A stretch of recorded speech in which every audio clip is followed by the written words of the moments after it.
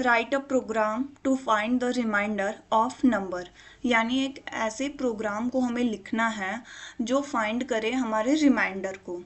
यानी कि हम दो नंबर दें और उन दो नंबर को अगर हम डिवाइड कर रहे हैं तो उसका रिमाइंडर कितना आ सकता है ये हमें बताएं। तो इसके लिए हम अर्थमेटिकल ऑपरेशन यानी कि अर्थमेटिकल ऑपरेटर का यूज़ करते हैं, जिसमें से अर्थमेटिकल ऑपरेटर्स बहुत से होते हैं, plus minus multiplication division modulus square, ऐसे बहुत से होते हैं, जिसमें से रिमाइंडर के लिए मॉडुलस का हम यूज़ करते हैं।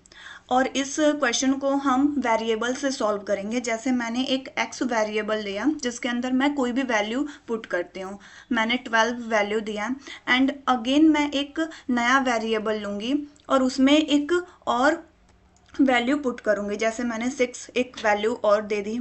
और इन दोनों पे जो मुझे ऑपरेशन लगाना है मॉडुलस वाला, उस चीज़ को रखने के लिए एक और नया कंटेनर यानी एक नया वेरिएबल मैं बनाऊंगी। जैसे मैंने एक और नया वेरिएबल बना लिया a। अब a के अंदर मुझे इन दोनों को यानी कि x एंड y इन दोनों को रखना है, क्योंकि इन दोनों पे ही मुझे ऑपरेशंस लगाने हैं।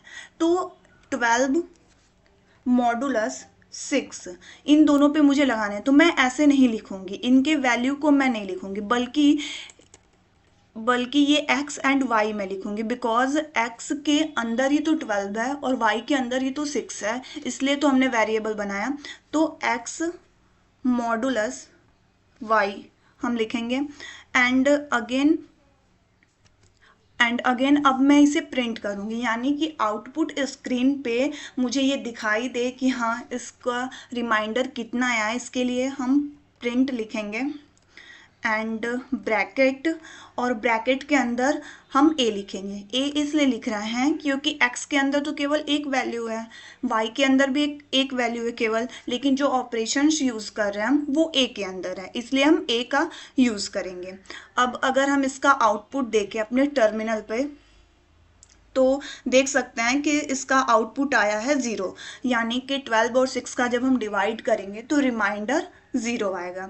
अगर मुझे अब ये चेक करना है कि इसका डेटा टाइप कैसा है, यानी कि जो रिमाइंडर आ रहा है उसका डेटा टाइप कैसा है, तो इसमें एक चीज़ हम इंक्लूड कर सकते हैं कि हम टाइप ए ऐसे लिखकर और फिर अगेन कॉमा लगाकर, एक सेकेंड, अगेन कॉमा लगा के ए लिख के ब्रैकेट क्लोज कर देंगे।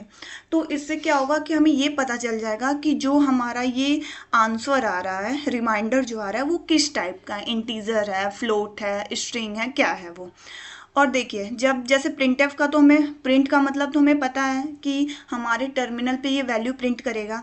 टाइप ए, ये जो टाइप मैंने लिखा है और फिर ब्रैकेट में ये मैंने जो ए लिखा है, ये बताएगा ये कि किस टाइप का ये है, एंड कॉमा के बाद जो ये ए है उसका मतलब है कि हमारे रिमाइंडर को प्रिंट कर दो। तो देख सकते हैं हम अगेन जब रन कराएंगे तो हमारा ये ए आया है जो यहाँ पे कॉमा के बाद है 0, एंड ये हमें टाइप बताया है इंटीजर, यानी कि ये जो 0 हमारा रिमाइंडर आ रहा है वो इंटीजर टाइप का है।